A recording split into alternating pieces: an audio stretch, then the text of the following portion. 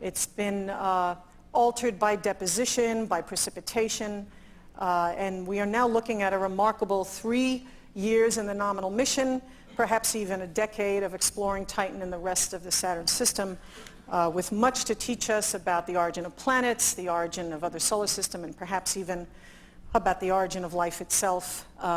If I've done nothing this afternoon, I hope I've convinced you and left you with a strong impression of the magnitude and the breadth of what it is we're accomplishing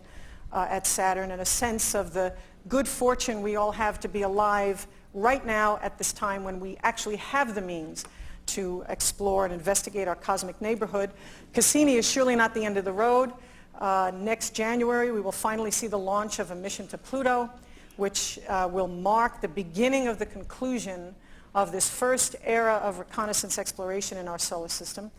And so it is a transitional time, and we are standing, if you will, at the threshold of what will be a new era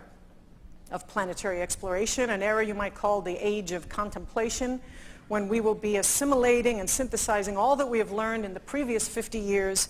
of reconnaissance and robotic exploration, all with an eye towards understanding what has made Earth the unique and tremendously successful abode of life that it has become in our solar system. And there's much left to do over the next 50 years. I hope we will see continued in-depth exploration of the planets, the moons, and asteroids, and so on, with samples brought back from these bodies, brought into Earth-based laboratories for detailed analysis.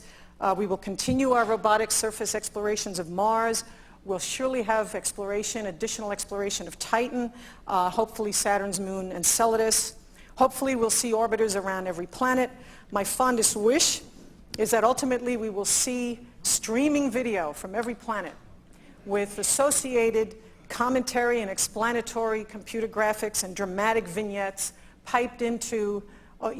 vast banks of television screens in shopping malls and supermarkets and concert halls, okay, so that these mythic accomplishments of extending our senses and visiting other worlds will become as much of the fabric of our society as the Oprah Winfrey Show is. And I think that this kind of media blitz is would be a much needed antidote to the